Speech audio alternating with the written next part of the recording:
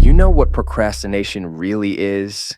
It's your brain putting the later sign up on your life like it's a small business. Closed for now, will reopen in approximately 5 years. But why do we do it? Why does the one thing that will free us feel like a funeral? Today we solve that and somehow still avoid cleaning the dishes. Classic human.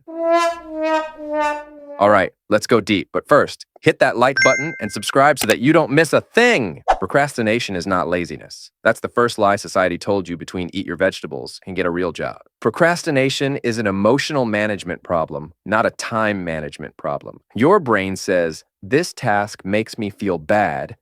I'll feel better scrolling, so it chooses immediate mood repair over future reward. That's temporal discounting. Your brain is lousy at valuing future you. Your future self is like that friend you keep promising you'll call. You know they're lovely, but you also know they'll forgive your nonsense. Dopamine, the horny little chemical that runs the payoff now club. It loves novelty, not chores. When you do something new and shiny, like a clickbait video, dopamine spikes. When you face a task that's boring, difficult, or scary, your dopamine tanks. So you pull out your phone, which gives dopamine. Repeat. That's the loop. Also, prefrontal cortex, your rational CEO, is tired. Decision fatigue, stress, lack of sleep, low glucose, all weaken the CEO. When the CEO is asleep, the part that wants comfort takes over. Comfort always wins. Look, here's the science in normal people language. Number 1, your brain loves now more than later. That's called temporal discounting, but basically it means your brain is a toddler with a credit card. Oh! Number 2, dopamine. Every new notification, every new video, every new sound, your brain goes, ooh, shiny.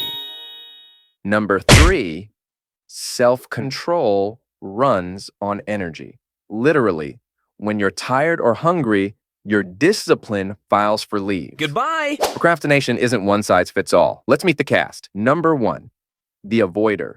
Avoids tasks because they feel threatening. Example, you avoid calling your boss to ask for a raise because rejection hurts. So you reorganize your socks for 3 hours. Emotional avoidance. Number 2, the arousal seeker or thrill chaser. Waits until pressure makes them perform better. I work best under pressure, lies since forever. They like the adrenaline rush. Number 3, the decision procrastinator, overwhelmed by choices. Too many options, so none is chosen. Example, staring at Netflix categories for an hour. Number 4, the perfectionist, afraid of failing, so delays starting until conditions are perfect. Spoiler, perfect never arrives. Number 5, the busy procrastinator, does lots of low-value tasks to avoid the one high-value scary task. I sent 27 emails today. But did you write the report? No. Number 6, optimist procrastinator genuinely believes there's always time.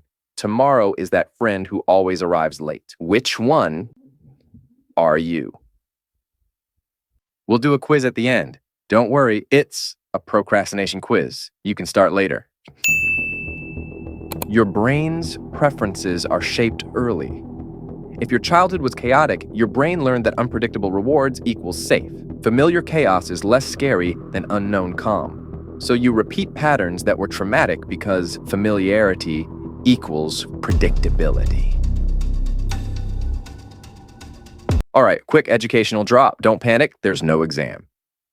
First up, attachment styles. Some of us have that anxious attachment. You know, the one where you cling to people, to patterns.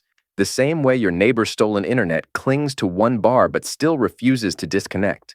So when chaos feels familiar, your brain doesn't choose healthy, it chooses recognizable. Even if recognizable is toxic deluxe edition.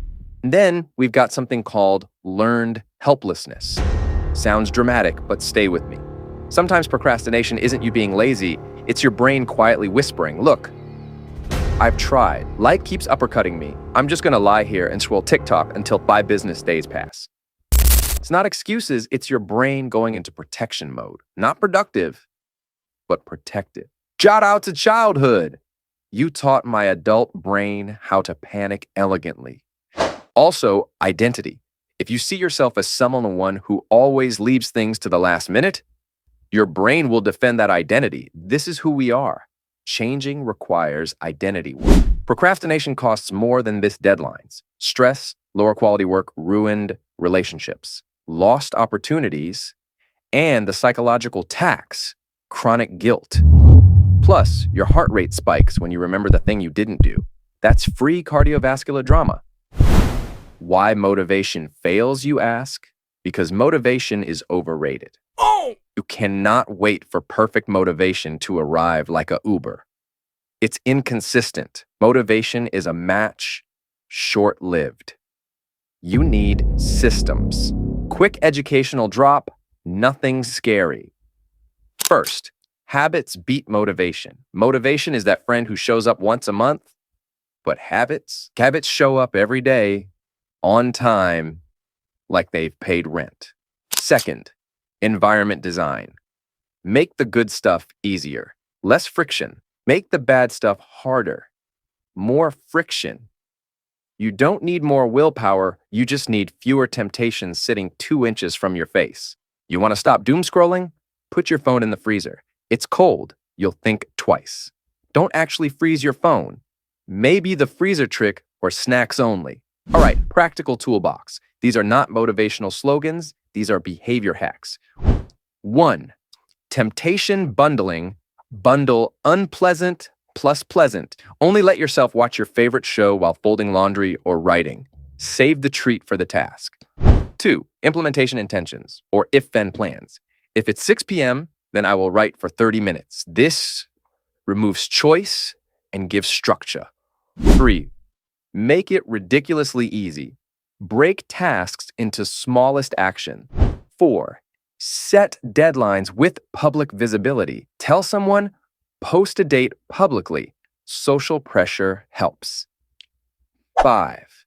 Temporarily remove temptation.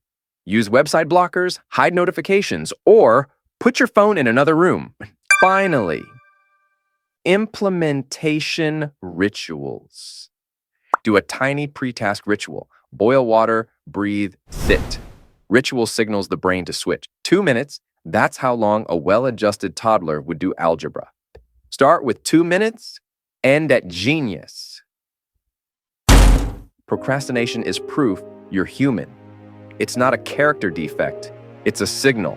Your brain is doing what it thinks is best. Learn to speak its language. Teach it that safety, smallness, and consistency are the real rewards. We built modern life on distractions. So the work is not only about doing less procrastination, it's also about building a life worth not escaping from. Now go do the 2 minutes. I'll wait. Not forever. We have lives. And about that procrastination quiz, well, it can wait.